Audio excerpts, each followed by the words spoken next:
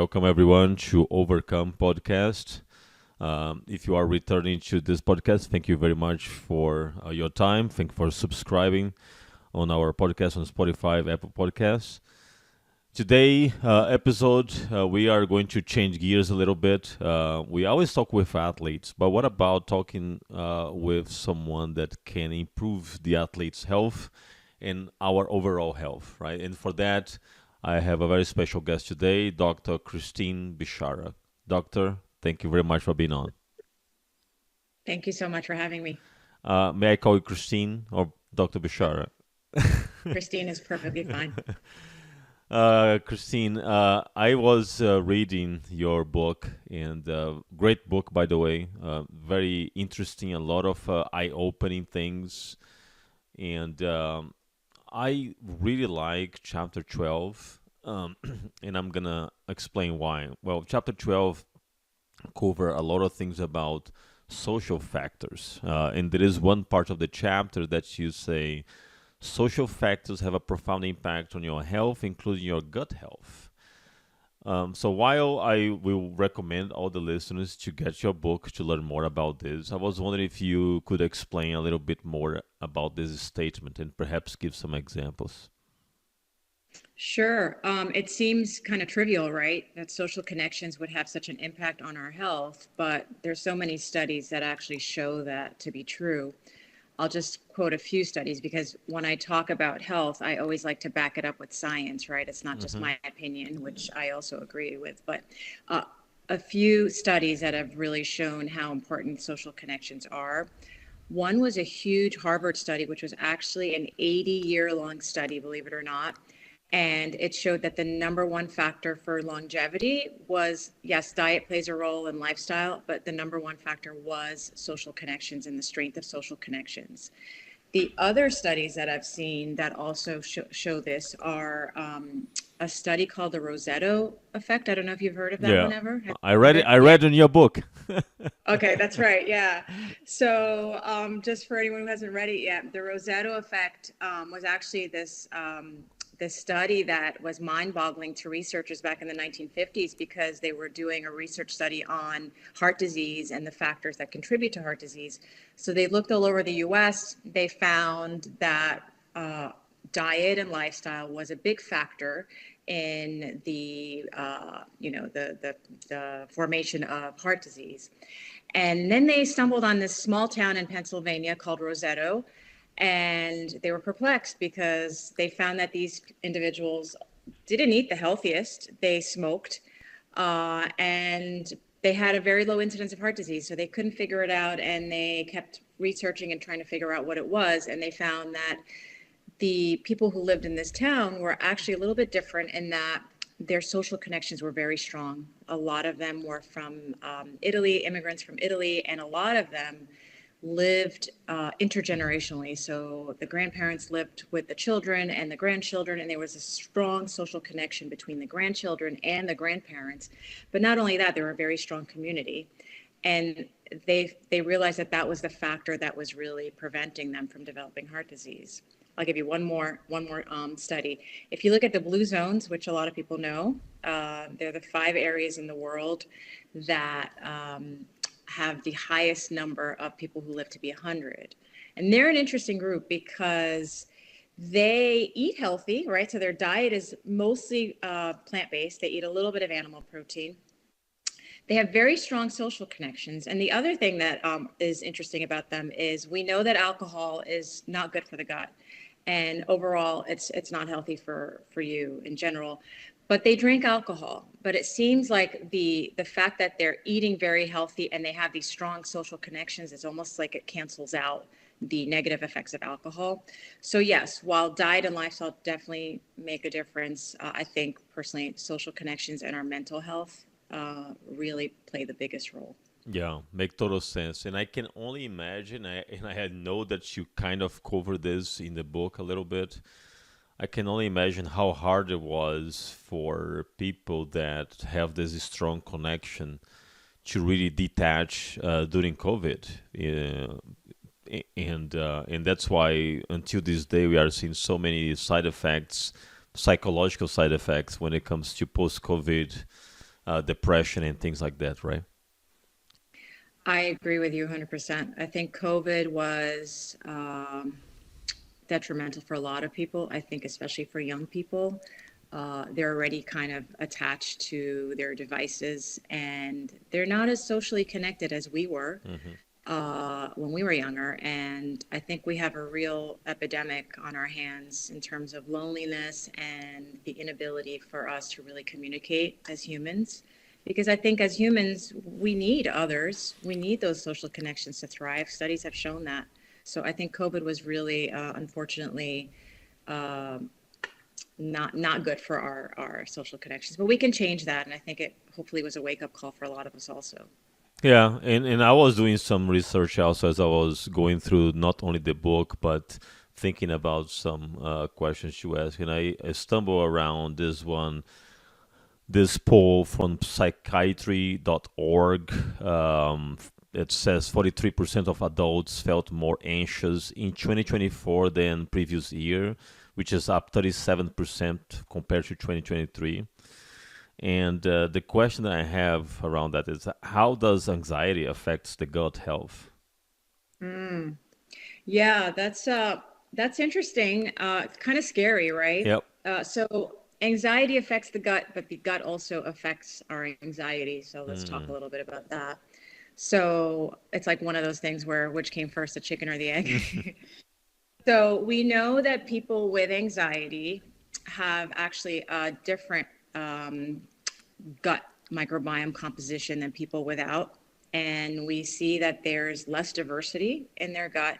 And unfortunately, they have higher ratios of harmful bacteria in their gut. And we believe that this might contribute to the fact that they're unable to make some neurotransmitters that actually help with anxiety. Now, which came first, right? That the anxiety, was it innate and then it caused this gut dysbiosis, or was there some kind of gut dysbiosis to start with and that caused kind of the inability? I think it's a combination. I think some people are just born with an innate anxiety, but we have a lot of things that can impact anxiety, like childhood trauma.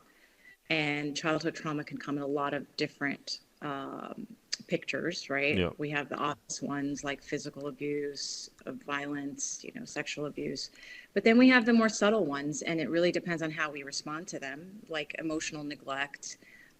Even divorce in a household when you're young appears to also impact.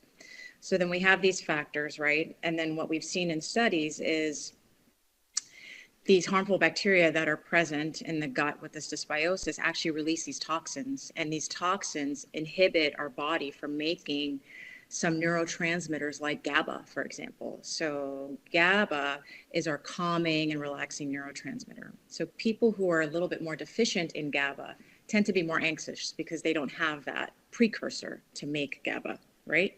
So what I teach is, and this is partly why I wrote the book, is you can actually replenish a lot of your neurotransmitters by eating the foods that contain the precursor protein molecules for those neurotransmitters. So since we're on the topic of anxiety, I'll talk a little bit about GABA and serotonin and how we can improve those. So GABA, for example, like I said, is the calming neurotransmitter, but the precursor for it is something called glutamic acid. Glutamic acid is what's needed to make GABA. Another word for it is glutamate. People with anxiety tend to be low in glutamate. You can eat foods that are rich in glutamate, like grains, for example. Foods like spinach, walnuts are very rich in glutamate. And so if you're eating those foods, then you're allowing your body to have more of that precursor to make the neurotransmitter. Another one is serotonin, for example. A lot of people know serotonin because it's the one that the antidepressants work on. But what many people might not understand, and I'm not saying that you should not take antidepressants if you need them. Absolutely take them.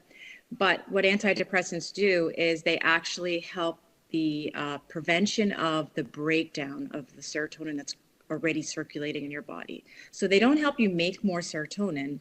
They just help you not break it down Hmm. as quickly, which is great. But how about teaching your body how to make more serotonin with Yeah. food, right? So the precursor molecule for serotonin is an amino acid called tryptophan. Tryptophan is considered an essential amino acid, Oh, I've been meaning, I've been hearing about this amino acid a lot. It's yeah, it's becoming yep. mainstream. Yes, and I'm glad we're talking about it because a lot of people are taking 5-HTP, which is 5-hydroxytryptophan, which is the precursor for serotonin. But if you're taking just a supplement, you're really not allowing your body to actually make serotonin naturally. So you really want to eat the food that has tryptophan in it to help make serotonin. So foods like bananas are very rich in tryptophan. Again, walnuts. Walnuts are, in my opinion, the magic food. They are so good for us. They also have a lot of tryptophan. Edamame is another food that has a lot of tryptophan, and I have a whole list in my book Yeah, because I do believe, yeah. I was sorry to interrupt you, but it's because when I was reading your book, it's very rich on suggestions about food and everything, and I see that the foundation of everything is food. But what is your take on supplements? Yeah. Did you avoid talking about supplementation on purpose, or is it because you prefer food rather than supplements? Yeah. Well, no, I don't necessarily have an issue with supplements, but they're just that, supplements, right? So they're supplemental to a healthy diet. So when I see a patient, for example, that's low in serotonin, I will recommend tryptophan-rich foods, but then I'll also recommend 5-HTP for a temporary measure. So 30 to 60 days, I'll give it to them. And this is really just to kind of help boost, but it's also to teach the individual that yes, you can boost this, but if you're not eating healthy and feeding your bacteria that make serotonin, the foods that they need to eat, they're not going to be able to make it on a regular basis. So yes, supplements are fine. They're a supplement. But I didn't write them in the book because you have to kind of check everyone individually. Some people might not be able to take Hmm. 5-HTP for prolonged periods. So it's really more of an individualized thing.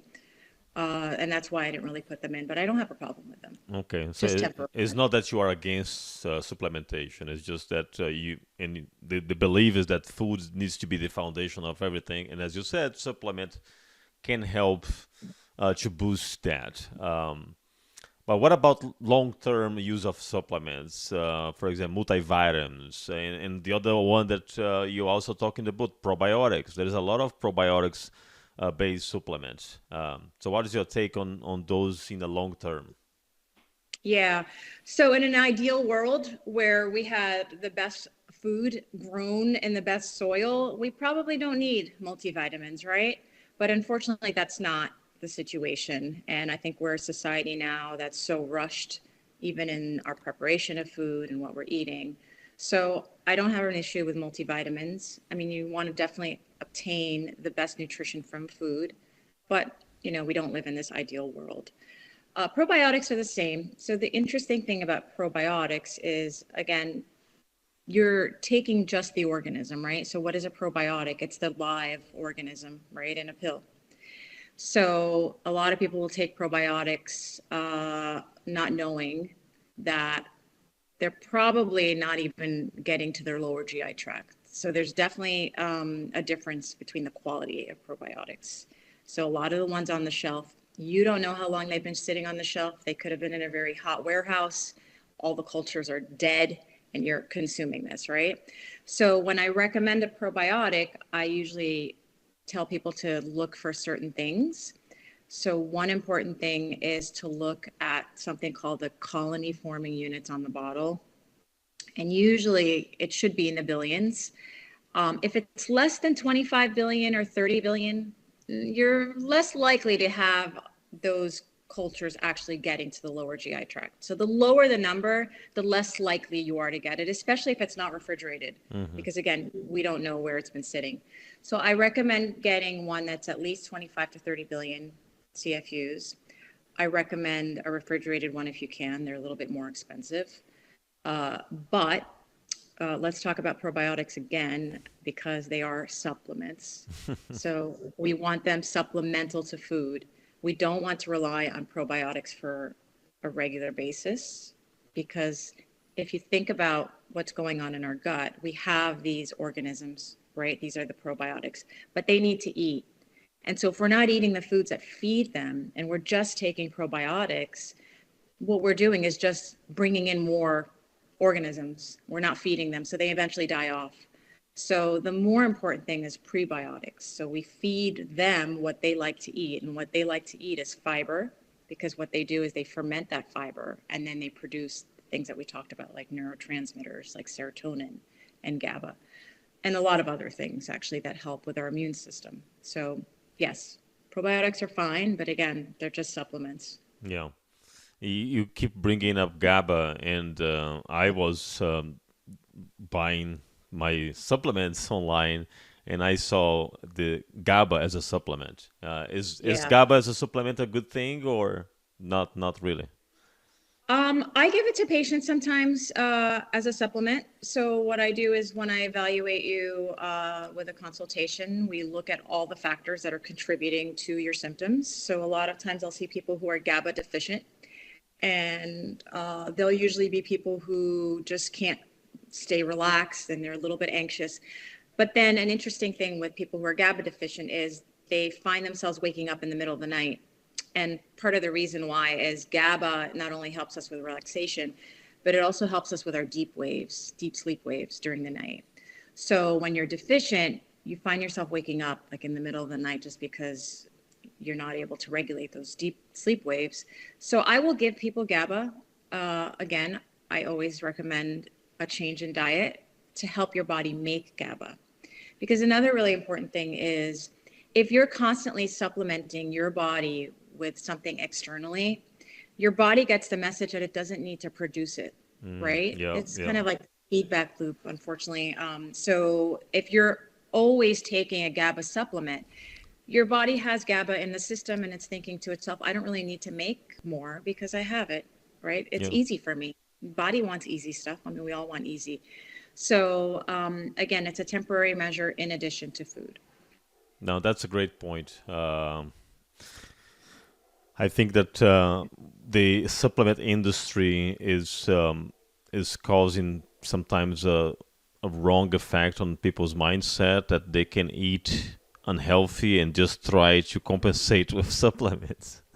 Yeah. I always say you can't supplement or you can't probiotic your way out of an unhealthy gut. And so people, unfortunately, in our just society, we want that instant gratification. We want that quick fix, but the quick fix is not always the best. Yeah. So it's just that it's a quick fix. Well, I saw your picture on your website about your own transformation. I couldn't believe, right? I mean, it's a different person. And coming from someone that also been through a transformation, I lost 100 pounds, and I Wow. was a different person as well. And it was amazing to see that. Uh, and I'm curious that it was all food and exercise, or you didn't even exercise. How was that transformation? Yeah, I want to hear about yours too. So for me, I was 15 years old, and we didn't have Ozempic and all of that other stuff back then. So it was food. And, we talk about looking good and losing weight, but it also had a profound impact on my mental health too at the time, which I didn't realize. But it was really mostly food. But I stumbled upon this thing where I didn't know at the time what it was, intermittent fasting. So I was just experimenting with how to lose weight a little bit better. And, I was restricting calories in the beginning, like 1,000 calories, but I was really hungry. And then I just started eating a little bit more, but just within a time period, like a shorter time period. And I found that I was still losing weight. And so at the time, it wasn't called intermittent fasting. I think it was called a eating disorder. People are always asking me, why do you not eat late at night? And I'm like, I just don't want to, So that's what really helped me. And then what really solidified my love of fasting is when I went to medical school in my 20s, I started learning these pathways, right, of our body's utilization of other sources of fuel for ourselves besides glucose that we get from food. And that's what really said to me, you know what, this makes sense. This is why I was losing, because I was utilizing my body's internal pathways. So And you did, for yeah, fueling. and you did that. This whole experiment on yourself based on reading about it, or you were just trying out, or did you go to the doctor? It was all you. At 15, no, it was just me. It was just me experimenting, and it worked for me. So I was like, okay, I'm going to do it. And I had, at the time, I needed to lose about 70 pounds when I was 15. I lost 30 that summer. And then I had like an extra 30, 40 pounds, which I didn't really lose until medical school. But it was almost like when I read those and I studied those in biochemistry, I was like, yes. So what I was doing is correct, and there's a science behind it.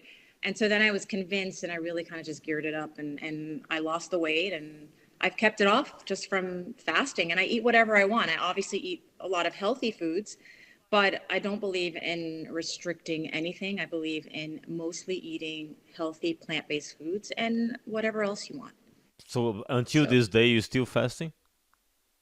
I so fast. It's literally just become a part of me, and my body is on autopilot. And I don't know if you've done fasting at all. Is this something that you've done? No, I mean my journey was a bit different because I wanted to be a bodybuilder and I wanted to compete, but I was I was obese. I was almost 300 pounds, and what really helped me to lose weight was one thing that you said is very true, which is eating. I was eating every 3 hours and small portions, and I was very high protein base, almost like keto. And keto is Mm, something that you cover in the book a little bit. I have questions about that, but it works pretty well for me. It feels like my metabolism was accelerating. And on yeah, top of that, of course, I was exercising. So it was 100 pounds in 1 year, amazing. and it was great. And it really changed, as you said, mental health and clarity and sharpness. It just improved my performance even at work. How long ago was this? That was 10 years ago. 10 years And I ago? and I Yeah. yeah, and I kept. Of course, goes through waves. When I travel, I relax a little bit. In the beginning, I was bringing my Tupperware with me everywhere, but nowadays I don't do that anymore. But Yeah. at least I'm conscious about my choices, and I know how to compensate. I think what you say is resonates with me too. I think once you achieve that goal and you see how good you feel, and it's not just about looking good, right? It's also about just how you feel, and you're so much more energetic. Uh, it's hard to go back. Hmm. And yes, we have those times when we have the treat or whatever, but it's hard to go back to an old way of eating. And yes, so keto is great. And that's why you lost the weight from ketosis, which is, in my opinion, a great mechanism in our body. But we have to be careful with too much protein and too much fat and not enough plant based. So the reason why those work really well for people to lose weight is because the ketosis part is amazing for our body. It fuels our cells with ketones, which is fat cells, right? And fat cells are just a better source of fuel. But unfortunately, over time, and this is what I usually recommend, is yes, you can do keto, but please also include plant-based fibers in your food, because you're also feeding the gut bacteria, which is what we just recently realized. Hmm. Is yes, we're feeding our muscles, we're doing all of this, and we're feeding our cells, but they need to eat, and they unfortunately like plant-based fibers more than anything else, and that's what they're able to use to make amazing postbiotics, which are products that we benefit from. Yeah, no, definitely. And I definitely had my dosage of vegetables, mostly asparagus and broccolis, which Mm, and some potato here and there, just to add a little bit of carbs. I was really tracking also my macros from the protein, carbs, and fat. This helps too. As a matter of fact, I think that once I start tracking, it helped me to be more cautious about what I eat. Because you really don't right. realize how much you eat until you start tracking, in my opinion. Yes. And I think that's a big part of it, is being mindful and consistent, which a lot of people don't do when they're dieting. They lose a little bit of weight, and then they think they can just go back to the old habits, and our body doesn't really thrive on that. So I agree with you. When you're monitoring what you're eating and what you're putting in your mouth, you're a lot more aware. And I think you're doing keto the right way, which is, yes, keto foods, but you're also eating plant based. And I think a lot of people eat keto the wrong way, which is just animal protein and fat all the time. And yes, while that might induce ketosis, which is great, over time, you're not feeding those beneficial bacteria. And I was so happy when you said asparagus, because asparagus is one of the best sources of inulin fiber. Inulin fiber, I tell everybody, it's like a party for your good guys in the gut. Like they love inulin fiber. Um, Potatoes are actually not necessarily bad because they have resistant starch, which is another good feeder of our beneficial bacteria, but in smaller Mm-hmm. doses. So sweet potato, regular potatoes are fine too. Broccoli, they all have different fibers. And the way I explain it is each plant based food has a different fiber that feeds a different beneficial bacteria. And when you have a lot of really good beneficial bacteria working together as a team, because they do work as a team, it's a lot better for your body. And if you look at, for example, like most common probiotic supplements, it's not usually just one, it's a lot because what we found is the good guys work together as a team and that teamwork produces better products. So, It is way more complex than we think. And when I yeah. was reading the book, I didn't realize the gut had so many so many roles, and also it almost feels like the gut is an alarm system. If something is not right, the gut is gonna complain. Is that Right. a fair assessment? Yeah, it's funny that you say alarm. I just did a podcast with Dr. Russell Kennedy. Have you heard of him? No. No, he's a psychiatrist and he writes a lot about anxiety. Mm, And we had this really good discussion about how the gut connects with the brain. And he gets so upset with mental health professionals that say you have to change the mindset. And he's like, no, no, first you have to change that alarm. And that alarm comes a lot of times from the gut. It's like that gut feeling that you've heard of, yeah. right? We've all heard of feeling. He says that the gut feeling, it's this actual alarm in your body that sends signals to your brain. And if you're just treating the symptoms of anxiety with therapy and not treating the alarm, you're never going to cure anxiety. And so when you said that, it was really interesting because there's definitely a link. Gut health really is the mother lode of all things, in my opinion. And and Uh, and and why yeah, why we don't cover this so much in the mainstream? No, nobody talks about I don't that. know. I don't know. I think, and I'm not bashing traditional medicine at all, but I think, unfortunately, in medical school, we were trained to learn diseases and conditions a certain way, and then we were trained to treat them with pharmaceuticals. And yes, we did study the underlying biochemistry of a lot of things, but I always say like our body is really the best healer. It's the most amazing healer. It just sometimes doesn't know how to tell you what to do. But if you understand what's going on, then you're able to heal it. And yes, medications have a role in healing and lifestyle, but I think they should be a last resort instead of a first resort. Yeah. And I think a lot of doctors like myself and Dr. Kennedy, and there's so many of us now that are really starting to teach and learn more about the basis of nutrition and internal healing processes first. And it is almost like nowadays you are always treating the symptom rather than the root cause. And Yeah, then you start to masquerade a problem that was never really resolved. exactly. Right. And it's like with antidepressants, you're preventing the breakdown of serotonin. Well, how about making more serotonin, helping your body make more? And some people are just naturally less, able to make serotonin. But how about we do both, right? Hmm. We treat the root cause, we make more serotonin, and we stay on the medicines until we either don't need them anymore or not, but at least we're allowing our bodies to make more of the neurotransmitters that we might be missing. So, but I think we've kind of turned a corner after COVID. Do you feel that way also? Like we've I actually think started. it brought more awareness. Definitely, we are Yeah, talking more about that, about the immune system and things that can yeah, contribute with that. It definitely brought more awareness for sure. yeah. I think so too. So hopefully we're on the right path. I believe. We have to be. Oh, yeah, I Yeah, believe we do because books like yours or and podcasts also open up for a lot of doctors to talk openly about things like that. So it yeah. definitely is more a common theme nowadays than it was prior to COVID for sure. I think so. And I think we really don't have a choice at this point. I mean, mental health is just, getting worse, especially for young children.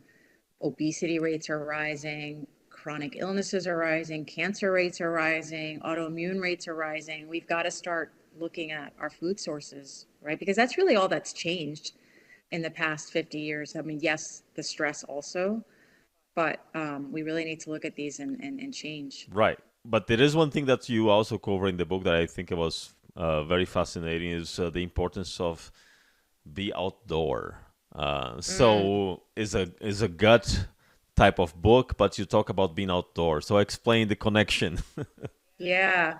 Again, we've become a society where we're working indoors more often, right? People are working remotely. I don't know. I mean, I'm 53, and I remember when I was younger, we used to go to the beach all the time in the summer. And when you're at the beach, you're inhaling iodine, which is so important for thyroid health and for women for breast health. And you're being exposed to that iodine in the water, right, from seaweed that's in the water. And iodine, we know, is so important for our health. So that's one thing. But we're also getting vitamin D, right, from the sun. Being outdoors makes a huge difference in that. But believe it or not, you're actually also inhaling these really important things that our trees release called phytoncides, and they help them to stay healthy.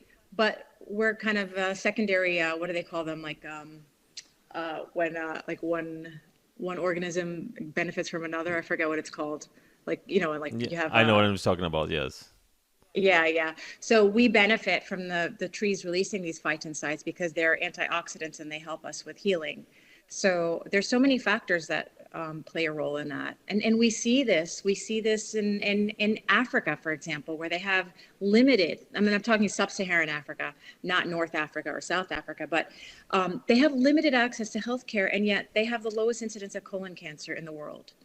And in my opinion, I think it's the fact that they eat a lot of these tuber-rich plant-based foods, right? They're eating seasonally what they find in season and in the environment, but they're also out in the sun, and their incidence of vitamin D deficiency is a lot lower than ours. I mean, for me, my patients, when they come in to see me, I would say at least 80% of them are vitamin D deficient when I first see them, Yeah. which is crazy. Yeah. Yeah. So, Well, I also see, and this is very anecdotal, but people that live in the countryside, they seem to be a little bit healthier.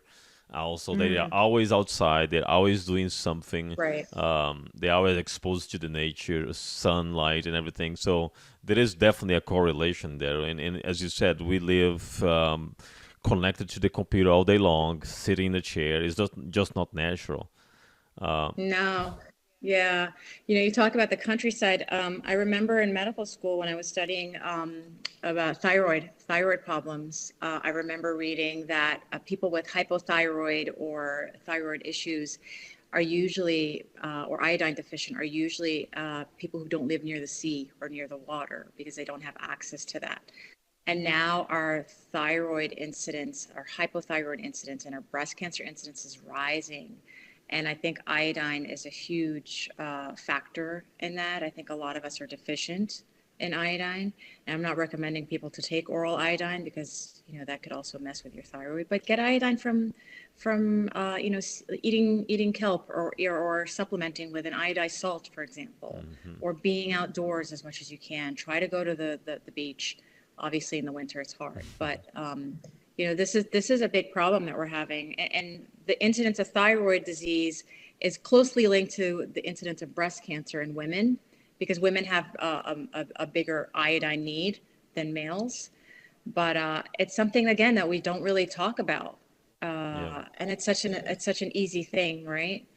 And I talk about these easy fixes that we have that we really don't utilize, and I think it's just because all this stuff is free. There's no money to be made Right. from Right.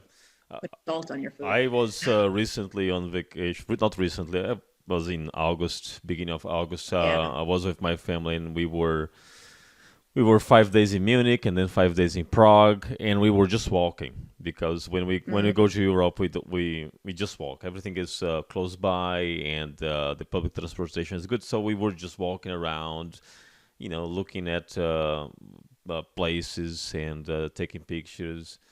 Um and I first of all, I was not eating so well, but Mm, interesting enough, when I came back, I actually lost weight. I think it's just because the amount of walk. yeah. Secondly, after 1 week doing this, and I came back to my office and sit in the chair, I was like, this is just not natural to stay 8 hours in a chair. Our body is not made for this. We need No. to walk. We need Yeah. to be out. Right.